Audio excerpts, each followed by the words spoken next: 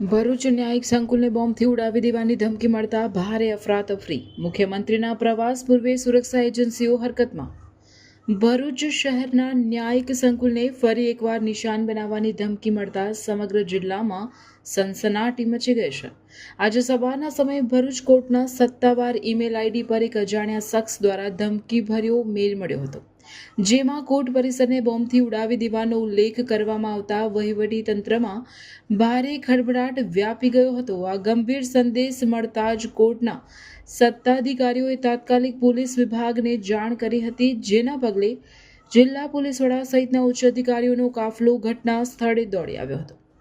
સાવચેતીના પગલે તુરંત જ સમગ્ર કોર્ટ પરિસરને ખાલી કરાવવામાં આવ્યું હતું અને વકીલો, અસીલો તથા કોર્ટ સ્ટાફને સલામત સ્થળે ખસેડવામાં આવ્યા હતા.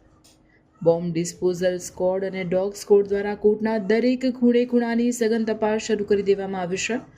ખાસ કરીને આવતીકાલે રાજ્યના મુખ્યમંત્રીનો ભરૂચમાં મહત્વનો કાર્યક્રમ યોજાનાર હોવાથી આ ધમકીને પગલે પોલીસ વિભાગ અત્યંત સતર્ક બન્યો છે અને કોઈ અનિચ્છનીય ઘટના ન બને તે માટે ચુસ્ત બંદોબસ્ત ગોઠવી દેવાયો છે. સાયબર ક્રાઇમની ટીમ દ્વારા આ ધમકીભર્યો ઈમેલ ક્યાંથી આવ્યો અને તેની પાછળ કયા તત્વો જવાબદાર છે તે દિશામાં ટેકનિકલ તપાસના ચક્રો ગતિમાન કરવામાં આવ્યા છે. અગાઉ પણ ભરૂચ કોર્ટને આ પ્રકારે નિશાન બનાવવાની ધમકી મળી હોવાથી આ ઘટના પાછળ કોઈ ગંભીર કાવતરું છે કે કોઈનું તોફાન તે બાબતે રહસ્ય અકબંધ છે. પરંતુ હાલમાં તો આખી કોર્ટ પોલીસ છાવણીમાં ફેરવાઈ ગઈ છે અને સર્ચ ઓપરેશન જારી છે.